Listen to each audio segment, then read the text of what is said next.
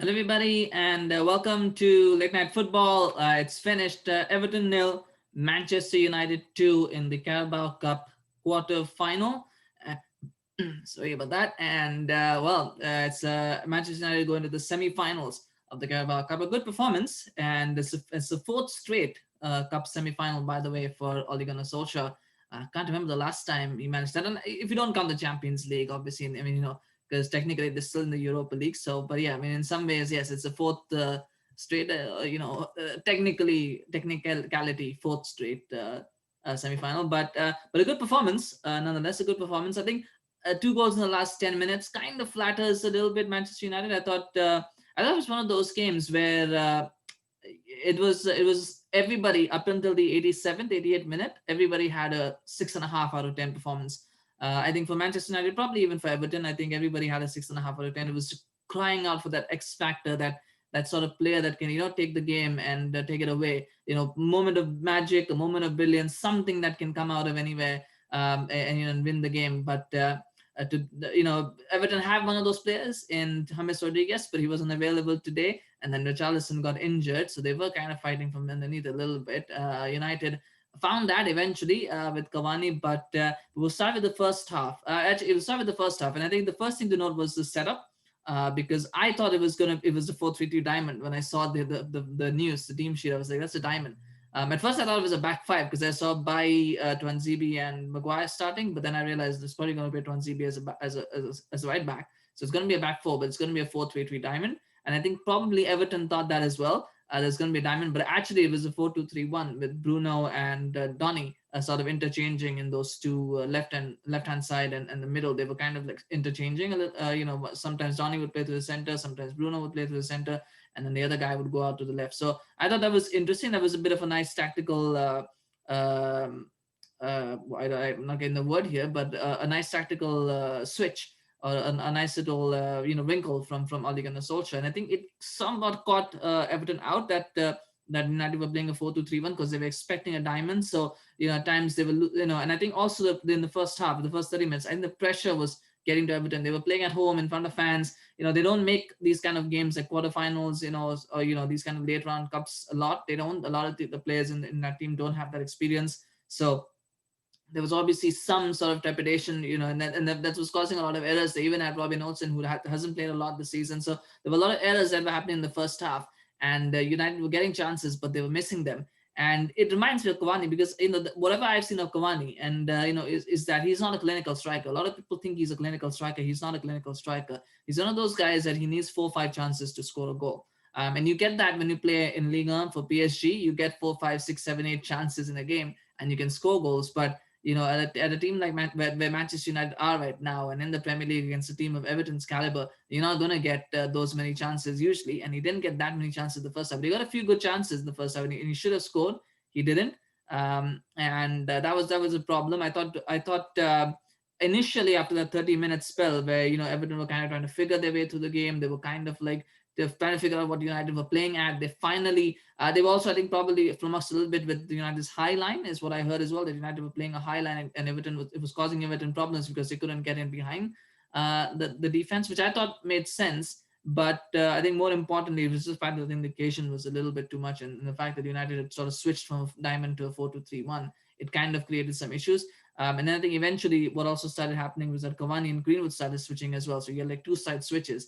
I don't think the Cavani Greenwood switch was as effective, but I think the Bruno Donny switch was kind of nice to see, at least for the first 30 minutes. But after all that pressing, Everton started growing into the game. I thought United were a bit unlucky not to go in at the break ahead. I thought Everton probably would have felt like maybe they could have nicked a goal somewhere. But it was one of those games. I think as it went on, you realize that one goal was going to win it. Whoever got that first goal was going to win it, because it was just that kind of game where nobody really seemed to like want to take that initiative or want to push ahead. And I thought the second half Everton actually played really well up until the point of the goal. I thought Everton were actually playing really well. They were giving it as good as they got. They were creating chances. United were a little bit leaden-footed. I don't know what it was. Maybe it was the fact that they'd been pressing so much, they were using so much energy, they were kind of getting tired. I think Cavani was looking out of sorts because he's quite old at this point, and it's a lot to expect of him to play 90 minutes at the pace that he plays usually. But when the substitutions happened, I knew Rashford and Martial were the obvious ones to come on. I figured that would probably be Cavani and Pogba who he would hook, but he actually hooked Greenwood and Donny. And actually, you know what? I thought it would be Cavani and Donny. I was hoping it would be Cavani and Pogba, but I thought it would be Cavani and Donny, but it was actually Donny and Greenwood that came off. In hindsight, it was probably the right. I mean, now we can say it was the right decision. At that time, I was thinking maybe it was not the right decision. But it was interesting what happened though. The switch was that it wasn't Cavani playing as a striker. Cavani actually played as right wing, and Martial was playing as a striker. I think Martial and Rashford were kind of interchanging a little bit, where sometimes Martial would come to the left, sometimes would come to the center.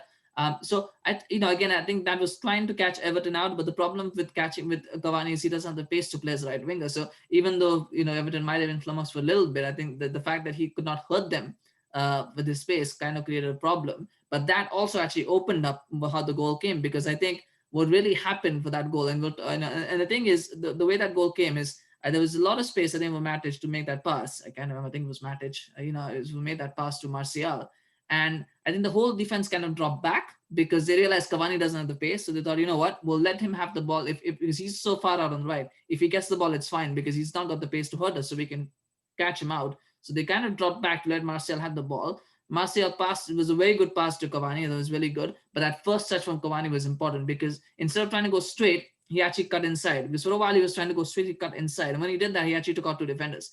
And once he did that, it was always about making sure the shot was on target. It was far away from the goalkeeper. And that was probably his fifth chance, I think, of the match. And he does get one in every five. So that was his average. The law of averages, he got one and he scored a nice goal. It was a wonderful goal. It was very well built at Everton with the creators of their own demise, though, because they really should not have let, when you drop back, you've got to make sure if you're going to drop back, then you've got to make sure you cover all possible angles. If you're not going to do that, what you essentially do is you allow the person who's passing time and space to pick out a pass. You allow the person who's receiving the pass to decide, what he's going to do next. And you give, if you give too much time to players of this quality, you are going to suffer. You are going to get shot, and that's what happened.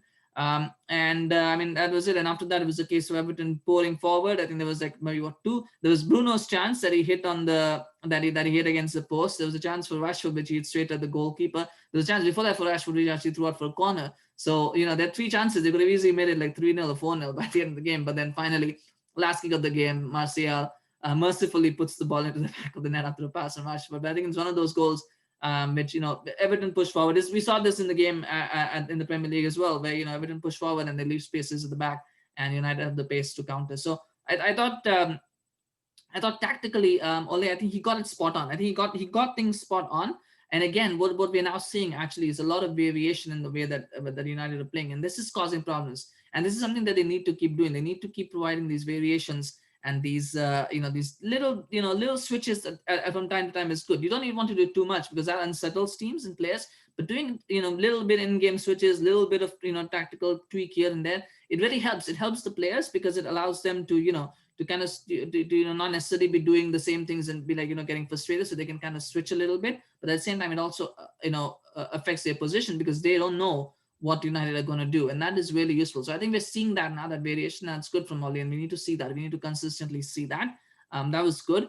I thought Everton showed United too much respect in that first half. I think they'll probably be sad about that first half because I think that kind of set the tone for the game. Had they come out of that first half, a little bit more on the front foot, a little bit more focused, confident, concentrated, I think they would have been able to take the game to United much earlier, and that might have put United under pressure. What happened was, United could ease their way into the game. They kind of understood what was going on. They had 30 minutes, to kind of like just flex their muscles a little bit. And so even though Everton were pushing pressure, they were confident enough to know that we can deal with it.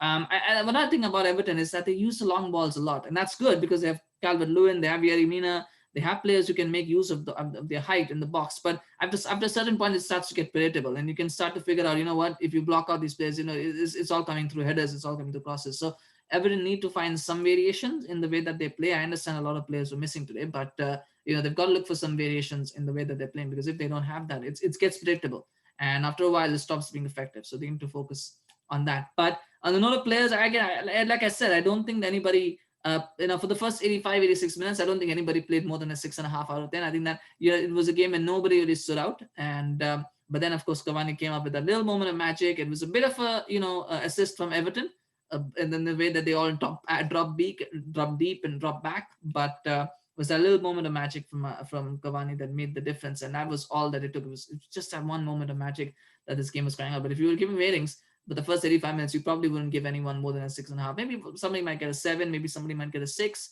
I don't think anybody played badly today. I think everybody did their job. It was just the issue was that I mean nobody was abysmal. I think you'd probably give a few sixes. You'd probably give a few 6.5s for that first 85 minutes because everybody kind of like did their job, but they were not able to break Everton down. Everton were sort of trying to figure out when they were playing on the front foot, playing on the back foot. So but nobody played direly, but nobody played really well, exceptionally well as well, and that probably was what the game needed. But in the end, I think it was just a matter of fashioning out one chance and getting that goal, which is what happened. And a well deserved. I think it's a well deserved win on the balance of play. It's a well deserved win for Manchester United, and now they go on to the semi-finals of the Carabao Cup, where they will join Manchester City, Brentford, and Tottenham, who also join them today. So it's going to be interesting. It's going to be very, very interesting to watch. What happens, and I think it's good for Solskjaer to get another semi-final. I'm just looking at the trying to figure out if the draw has been made. I think the draw has not been made yet, but I mean Tottenham, anybody would expect them to go through as well, 3-1 against Stoke. So that'll be good. I think it will be interesting to see what this. Well, the draw will take place in a little bit, so we'll know exactly who's playing whom. It's a little bit. I guess for United, the key will be what will happen in terms of how this affects them against Leicester. I think we'll talk about that in our previous show about what that might do for Leicester. But I mean, good on United for deciding that what we'll for United to say, what, we'll try and win the trophy. We'll try and give the cup the respect that it deserves, and not just try to save the 3 points. But nonetheless, we'll know about the draw. I think it will be Manchester City against Brentford because City always get easy draws. So it will be Manchester City against Brentford. That's it's almost certain. I think they want to have Pep versus Jose. I think that's what the AFL probably wants is the final. Pep versus Jose. That's what they're trying to go for in the final. So they'll probably have so they'll probably keep City and Tottenham apart. That again, these are conspiracy theories. This is nothing. I'm just spitballing here. I'm not saying this is what the draw is going to be, but I wouldn't be surprised if it's Brentford against Manchester City. They'll give Brentford the home draw to kind of make it look like it's difficult. But Brentford against Manchester City, and I think it will be Tottenham against Manchester United because United always seem to get away draws in this competition. In all competitions, in fact, they seem to get away draws. So probably be Tottenham against Manchester United. And again, I think that'll be the backup. It'll probably be Jose against Pep. That's what the EFL will be hoping for. But then if not that, then you got a Manchester derby. So either way, you've got a nice big showpiece final. I don't think it will be Tottenham against Manchester City. It could be if they want to keep Manchester United as the final thing, but I think they'll probably go the other way. What I'm thinking. But anyway, that's my conspiracy theory. That's my prediction. But we'll see what the draw says.